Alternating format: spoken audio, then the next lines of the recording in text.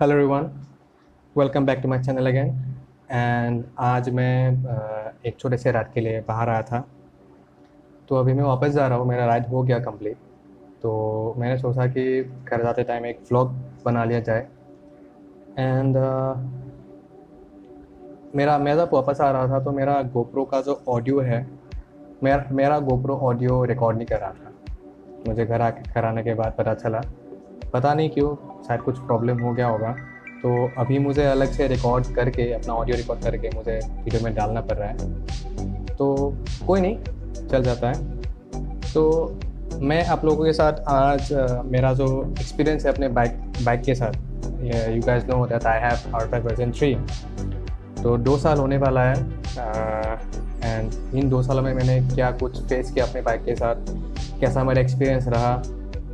And क्या कुछ मैंने खर्चे किए, उसका मेंटेनेंस कॉस्ट, सर्विसिंग कॉस्ट क्या कुछ होता है, मैं आप लोगों के साथ आज शेयर करूँगा। तो let's begin. C R15 version 3, अगर मैं बोलूँ कि 150 सेगमेंट में ये सबसे अच्छी बाइक है, बेस्ट बाइक है, तो ये गलत बात नहीं होगा। क्योंकि इसका जो इंजन है ना, वो बहुत पावरफुल है। 150 सेगमेंट में अगर बोलूँ तो बहुत पावरफुल है, बहुत स्मूथ है, बहुत प्यारी इंजन है। आपको कोई कंप्लेन ही नहीं होगा। एंड मैं अगर बोलूँ कि दूसरा 150 सेगमेंट कोई भी बाइक हो तो इसके साथ कम्पीट नहीं कर सकती। इतना अच्छा है इसका इंजन। मैं अपने खुद के एक्सपीरियंस के साथ बोल रहा हूँ, बहुत पावरफुल है। ये जो बाइक है वो 155 सीसी का इंजन है, जो 19 bhp पावर क्रिएट करती है। एंड जो इसका BS6 का मॉडल है, अभी जो 2019 के लास्ट में लॉन्च हुई थी, उसमें 18 bhp है। तो एमिशन नॉर्म्स को चलते हुए BS6 में थोड़ा सा पावर कंपनी ने थोड़ा सा कम कर दिया। इसमें कोई बड़ी बात नहीं है, चल जाता है।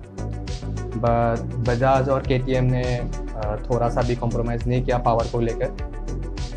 तो दूसरी जो बात है, इसका जो है VVA, वेरिएबल वाल्व एक्चुएशन, तो उसका काम भी वो बहुत अच्छी तरह से करती है। ठीक है, जब आपका बाइक बहुत स्पीड में हो, ठीक है, हायर RPM में हो, तो एक टिक करके साउंड निकलता है। उस साउंड के बाद आप जब बाइक चला रहे होगे तो आपको खुद को फील होगा कि यस, बाइक ने पावर पकड़ी है, अब बाइक और स्पीड में जाएगी, ऐसा फील होता है। ठीक है। एंड अगर मैं टॉप स्पीड के बारे में अगर बात करूँ तो आप बिलीव नहीं करोगे, मुझे खुद को बिलीव नहीं हुआ था पहली बार मैंने इस बाइक को 135 किलोमीटर पर आवर की स्पीड में चलाया है। ठीक है। एंड अगर आप यूट्यूब में सर्च करके देखोगे, बहुत सारे आपको ऐसे वीडियोस मिलेंगे जिसमें R15 वर्जन 3 ने 150 प्लस टॉप स्पीड गेन किया हुआ है। एंड ये कम्प्लीटली बिलीव करने वाला बात नहीं है, बट ऑब्वियसली बिलीव करना पड़ेगा, क्योंकि रियल में इस बाइक ने इतना स्पीड मतलब गेन किया हुआ है। तो नेक्स्ट बात अगर मैं आप लोगों के साथ शेयर करूँ तो इसका हीटिंग इशू नहीं है, हीटिंग इशू है ही नहीं। मैं अगर बोलूँ कि इन 2 सालों में मेरा हीटिंग इशू मुझे कुछ फील ही नहीं हुआ। ठीक है। एंड इसका जो स्लीपर क्लच वो बहुत इसी तरह से काम करता है। एंड इसका up shift and down shift, आप जब टॉप स्पीड में, आप जब बहुत ज़्यादा स्पीड में रहोगे, आपका RPM बहुत ज़्यादा होगा, आप अगर ज़्यादा स्पीड में रहोगे तो आप क्लचलेस शिफ्ट कर सकते हो, आप या फिर डाउन, आप दोनों ही कर सकते हो क्लचलेस। ठीक है, जो कि उसका एक अलग ही मज़ा होता है करने में। एंड बहुत मतलब रिलायबल भी होता है। एंड उसके बाद अगर मैं बात करूँ कि इसका सर्विसिंग कॉस्ट बहुत ही कम है। तो जब इसका फ्री सर्विसिंग कॉस्ट होता है, जिसमें लेबर चार्ज नहीं लगता है, उसमें आपको शायद 800 से लेकर 1000 तक आपका खर्चा आएगा। एंड जब आप पे करके सर्विसिंग करते हो, जब आपका फ्री सर्विसिंग ख़त्म हो जाता है, तब आपका लेबर चार्ज लगता है, तो उसमें 1000 से लेकर 1500 तक आपका पेमेंट आता है। ठीक है।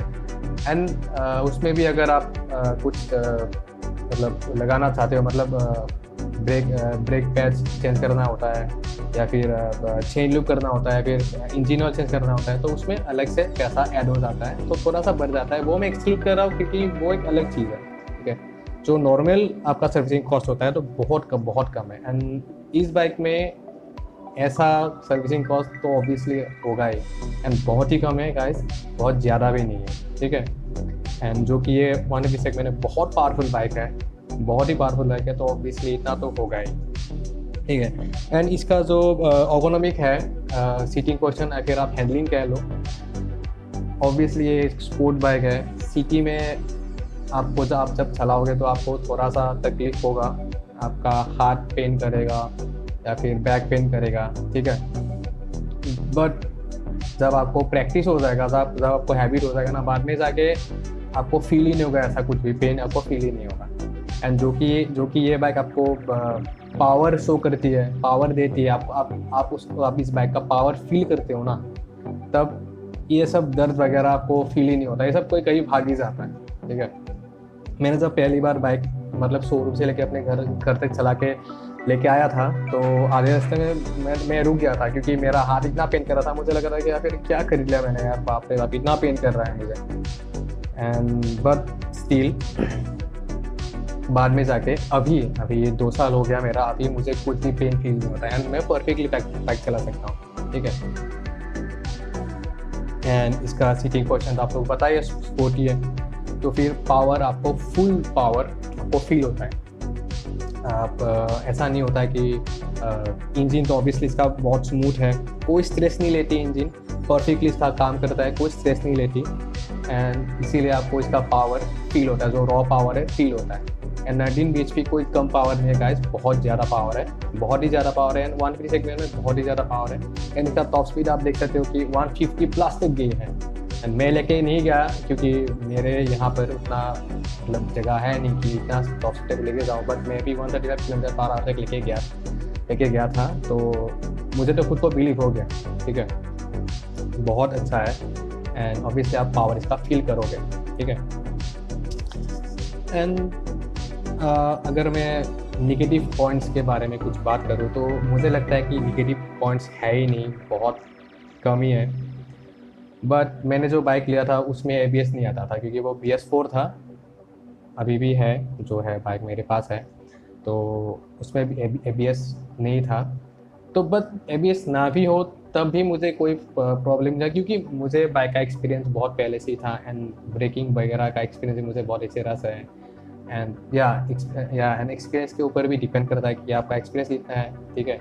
तो आपको खुद को पता चल जाता है कि आप कितने पहले ब्रेक दबाओगे, कितने पहले ब्रेक आप अप्लाई करते हो तो बाइक अच्छी तरह से रुकेगी, क्या करती है। तो मुझे ABS की इतनी ज़रूरत नहीं पड़ती, ठीक है। बट अगर कोई नया राइडर है जो पहली बार बाइक ले रहा है तो उसको ABS की ज़रूरत पड़ेगी, क्योंकि इतना पावर एक नए राइडर को दे दिया जाए तो उसको ऑब्वियसली थोड़ा सा तो उसको प्रॉब्लम होगा, तो ABS की उसकी ज़रूरत पड़ती है। लेकिन ABS की कमी मुझको नहीं लगती। एंड ऑब्वियसली यामाहा ने बाद में जाके अभी BS6 मॉडल में ABS का इंतज़ाम भी कर दिया है, ABS आता है। एंड और एक गुड चीज़, अगर मैं अच्छी बात बोलूँ कि इसका माइलेज मुझे 35 से 40 तक मिलता है, जो कि बहुत अच्छा है ऑब्वियसली। एंड बुरी बात अगर मैं बोलूँ तो इसका बिल्ड क्वालिटी, यार ऑब्वियसली आप सभी को पता होगा कि बिल्ड क्वालिटी हमारे आपके PS4 में उतना अच्छा नहीं था, अभी भी नहीं है मेरे पास जो है, तो वो उसका बिल्ड क्वालिटी अच्छा नहीं है। एंड मैंने एक प्रॉब्लम भी फेस किया था पहले कि इसका जो टैंक का जो डोमसर का पार्ट है, वो अगर थोड़ा सा प्रेशर पड़ता है ना तो वो खुल जाता है। बाद में यामाहा ने उसका सोल्यूशन भी निकाल दिया था, एंड अभी BS6 मॉडल में ऐसा कोई प्रॉब्लम इश्यूज़ नहीं है। तो फिर आप अगर BS6 अभी तो आपको BS6 लेना पड़ेगा, तो अब अगर आप BS6 लेते हो तो आपको इस तरह का कोई प्रॉब्लम फेस नहीं करना पड़ेगा, ठीक है। एंड एक स्पोर्ट्स बाइक है, तो लॉन्ग राइड के बारे में अगर बात करो तो आप लॉन्ग राइड कर सकते हो, ठीक है। पहले आप जब बाइक खरीदोगे तो आपको लॉन्ग राइड में ऑब्वियसली परेशानी तो आएगी, डर वगैरह होगा, आपको रुकना पड़ेगा, बहुत टाइम रुकना पड़ेगा, बार रुकना पड़ेगा, क्योंकि आपको हाथ में दर्द होगा, बैक पेन होगा, ठीक है। बट बाद में जाके आपको ऐसा कुछ फील नहीं होगा, क्योंकि ये बाद में जाके लॉन्ग राइड में भी आपको वो पावर फील होगा। It's all about the power. Okay, bike में जो पावर है प्रेजेंटली में जो पावर है ना, अगर आपको वो फील हो जाता है ना एक बार, तो आप भूल ही जाओगे कि क्या बैक पेन है, क्या हाथ में क्या पेन है, कुछ भी आपको दिमाग में वो चला ही जाएगा, वो थॉट ही चला जाएगा उसमें, वो आएगा ही नहीं। एंड अगर मैं बोलूँ कि किन लोगों को ये बाइक खरीदना चाहिए, ठीक है, जिन लोगों का पहले से एक्सपीरियंस है बाइक के साथ, बाइक चलाने में एक्सपीरियंस है, अच्छा एक्सपीरियंस है, तो वो लोग भी तो ऑब्वियसली ले ही सकते हैं, या फिर इससे ज़्यादा सीसी का बाइक ले सकते हैं, उसमें कोई प्रॉब्लम नहीं है। बट अगर कोई नया राइडर है जो राइडिंग के दुनिया में पहली बार आया है, ठीक है, उसको एक फास्ट बाइक चाहिए, बट स्टिल सीसी ज़्यादा नहीं हो, एंड प्राइस भी कम हो, प्लस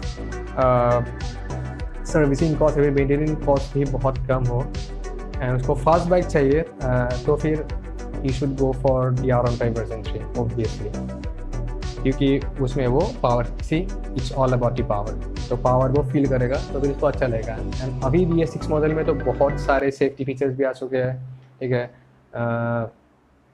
साइड स्टैंड सेंसर जो होता है, जो स्टैंड अगर नीचे होता है तो बाइक स्टार्ट नहीं होगी, वो फीचर है। ABS तो आ चुकी है, तो कोई भी प्रॉब्लम नहीं है, उसका बिल्ड क्वालिटी भी थोड़ा सा इम्प्रूव कर दिया है यामाहा ने। तो अगर आप नए राइडर हो, या फिर आपने अभी बाइक की दुनिया में आप अभी एंट्री किए हुए हो, तो फिर आप you should go for this bike. And या ऑब्वियसली एक बात सही है कि BS6 मॉडल्स में प्राइस हाइक हुए हैं, प्राइस इंक्रीज हुए हैं, सभी कंपनियों में प्राइस हाइक हुए हैं, एंड बट चल जाता है यार, क्योंकि जो ये बाइक आपको दे रही है, दूसरे 150 सेगमेंट में आप ये सब फीचर्स आपको नहीं मिलेंगे। मुझे तो नहीं लगता है कि मिलेंगे, कि दूसरे बाइक में है ही नहीं ऐसा कुछ फीचर्स, क्योंकि स्लीपर क्लच मिल रहा है आपको, VVA मिल रहा है आपको, वेरिएबल वाल्व एक्चुएशन मिल रहा है आपको, तो इस तरह का फीचर्स आपको दूसरे बाइक में तो मिलेगा नहीं। And full LED instrument console है इसका, ठीक है, इतना अच्छा